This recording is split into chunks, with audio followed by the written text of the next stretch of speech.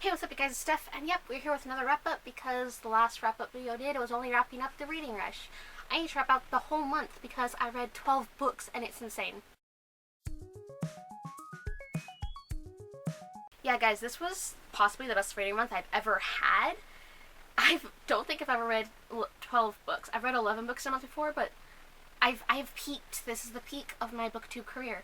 I read 8 books during the reading rush, 7 of which I did in my reading rush wrap-up. The 8th book I didn't mention because I filmed that video before the last day, and the last day I decided, you know what, I might just F around and read a book, and I did, and that got put in, so I'll talk about that. But first, let's talk about the other books I read throughout the month. First up, we have Time Bomb by Janelle Charbonnet. This one is about an active bomb threat, and kind of not so much a threat because it actually happens at a school. It's right before the school starts taking place, but there are still people trapped inside the building from, because this was about, you know, those days where you go in because, like, oh, it's time for the seniors to get their yearbook IDs, and, well, not the yearbook IDs, but their IDs, their school IDs, and everyone's, like, going to get their school IDs and stuff. Well, that happens on that day. Not too many people are trapped, but there are still a few that are trapped, and explosions are actively happening throughout the building.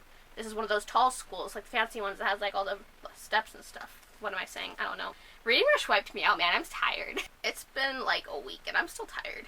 This book is very reminiscent of This Is Where It Ends, where it follows multiple perspectives throughout the event happening, and there are like time codes. Each chapter is like a time, like character at a time, and it just goes through the events as it's unfolding.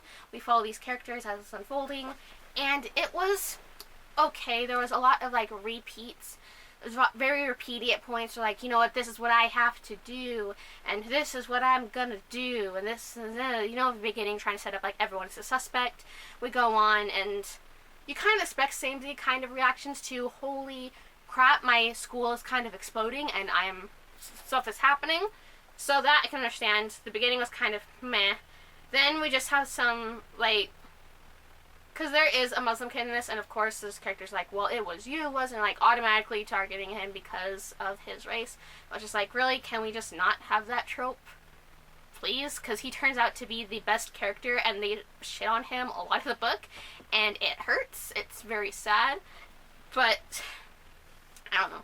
It was okay. I was really excited for it. This is one I've been wanting to read since it came out, and sadly it did not live up to my hype for it. Next up, we have Red, White, and Royal Blue by Casey Monquiston. I'm so sorry if I pronounced my last name wrong. This one, BookTube has been hyping since it came out. I read it at the beginning of the month, and oh my god. I actually listened to the audiobook, and I loved it so much that I bought a physical copy, and I'm probably going to reread it sometime before the year is over because, oh my god, I love this book. This book follows the kind of annoyance to love relationship between the son of the President of the United States and the Prince of England. So it's a fun time. It not just follows that, it also follows like politics in Washington.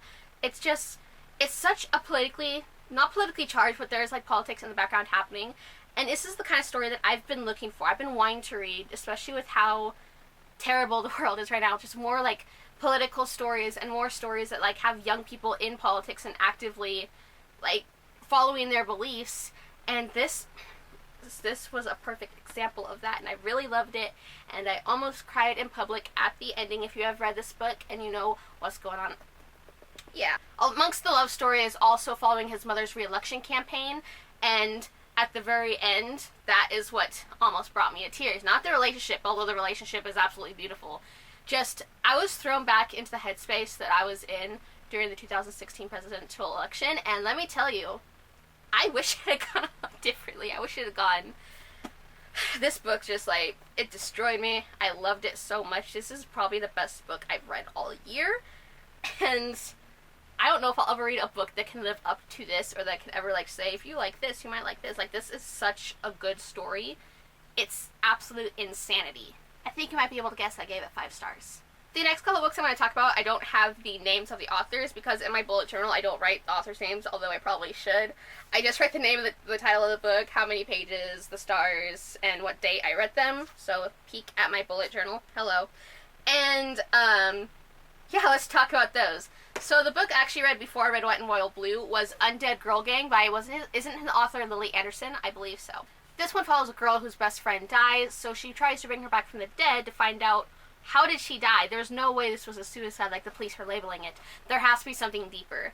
And as she brings her friend back to life, she also accidentally brings back the bully girls that died a few days before. It was such a fun take on, like, just kind of bringing your friends back from the dead thing, which there's another book I read very similar. What was it? The Past and Other Things That Should Remain Buried, although that one has significantly less magic. Just, like, the similarities between, like, Undead Girl Gang and The Past and Other Things That Should Stay Buried. It was fun, because I read both of those this month, and the whole time reading The Past, I'm like, ooh, Undead Girl Gang. Except Undead Girl Gang has a lot more magic. Undead Girl Gang was a really fun book. It was a really interesting book. What else can I say about it other than what I've said? With Undead Girl Gang, I really liked how they did the whole coming back from the dead thing. There was, like, a certain parameter that the girls had to stay within, otherwise they looked really corpsey and zombie-like. So, it just added, like, a fun element of, oh, like, we didn't just come back. We may be back, but we're still kind of dead. It was a really fun book. I gave it 4.5 stars. Next, I read Part of Your World, which is part of the Disney Twisted Tales, where in this one it was a Little Mermaid retelling, and it was what would happen if Ursula had won. Eric didn't defeat her, King Trident didn't come to save the day, Ursula had won, Ariel still does not have her voice, and Ursula is running the kingdom with Prince Eric, who is still under the whole spell thing. I was pretty hyped for this one. I was excited when my library had an audiobook, and I could just download it straight to my phone and listen to it. This one I read right after I read White and Royal Blue. It started out pretty cool. We had, like, we're kind of setting up that, yes, we have, the kingdoms are kind of starting to bicker because we have Ursula in the form of Vanessa just kind of pushing everyone away, fortifying her own kingdom, attacking other kingdoms. It's kind of a mess. Eric is still under the spell, although he does have, like, hints of remembering his past with this red-headed mermaid girl, but that shows itself in the form of this opera, this play that he writes, and nothing really more. We also cut to Ariel back in the Mermaid Kingdom of Atlantica, and she has become the queen, despite being the youngest of her siblings. The siblings decided, hey, you know what, you killed Dad, so you get to rule while we have fun all day. So screw you, mermaid with no voice. So that's cool. It was interesting, although I feel like it went on for a long time. I feel like at certain points, like, I'm bored of the story, can we just finish it? I also didn't like how quickly Ariel regained her voice, because that is the thing that happens. It happened fairly early in the story, and I was kind of bummed by that. Yeah. It was alright overall. It wasn't the greatest. It was okay. It's low-key made me hesitant, even though I believe they're all by different authors. It's low-key made me hesitant to pick up the Aladdin one. I can't think what it's called, but there's one that's Aladdin, like, what if Jafar hadn't been defeated, so, and it's like similar premise. It's left me hesitant to pick that one up because I didn't really like the Ariel one, the Little Mermaid one. Finally, I read the Illuminae files. You might tell I said finally because I read like 7 other books, but those are all in my booktubeathon. It's been so long and I'm still calling it booktubeathon. Reading Rush Wrap Up, which I'll link above and below because I don't want to go over those books all over again. So yeah, the last book I read this month was Illuminae, and that one, or the Illuminae Files #1 by J. Kristoff and Anna something, ? I really should start writing authors' names in my bullet journal. So the Illuminae Files was one I listened to on audiobook, and that was so good. The whole, like, it has a full cast of people reading it, so you have all these different voices, and you have, like, explosions in the background, you have just things happening everywhere. It was so cool. This was one I listened to a lot while I was cleaning the bathrooms at work because I do a lot of janitorial stuff on top of being a cashier. So, like, when I would go to clean the bathrooms, I would get, like, on double speed. It's about half an hour of just listening to this audiobook on every day.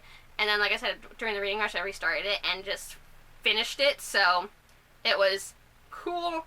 This book follows a planet. I believe the planet gets destroyed, or like there's an attack on this planet, so everyone has to escape on these ships, but they are 6 months away from the next starport or planet, something along those lines, and so they're traveling through space. There's an AI on one of the ships, the Alexander, that it goes down or something, and they have to fix it, and then there's like this whole pathogen thing. We have this love story between these two characters. They broke up on the day of the attack, and slowly we see them starting to come back together. It was really good. I mean, I don't know how to describe this book. It's crazy. Have you ever seen, I'm pretty sure you have, because this is BookTube, and this is like a really like favored book by BookTube. It's one of those ones where there's a lot of like blackout text, and there's a lot of like, the book is just such an interesting format, and I want to get it. It's just such a cool thing, and I was like, it was so good, and I loved it a lot. And I started the second one. It's not as good, I feel, but I'm not that far into it either. So we'll see how it goes. Yeah, that was my wrap up for this month. I forgot what it is. We're in July. Hell yeah, fun. Ooh, I am so excited for some potential projects I have on the way, potential videos I have coming up. It's gonna be a fun time. Anywho, that's all I've got for you guys today. If you want to subscribe, my face will be right here, as well as the button down below. You can hit the icon to be notified when I post new videos on Mondays and Fridays. Excuse me. I'll have some other videos for you on the side right here in case you want to check them out. That would be cool. Anywho, I hope you have a lovely day / night, and I'll see you later. Bye.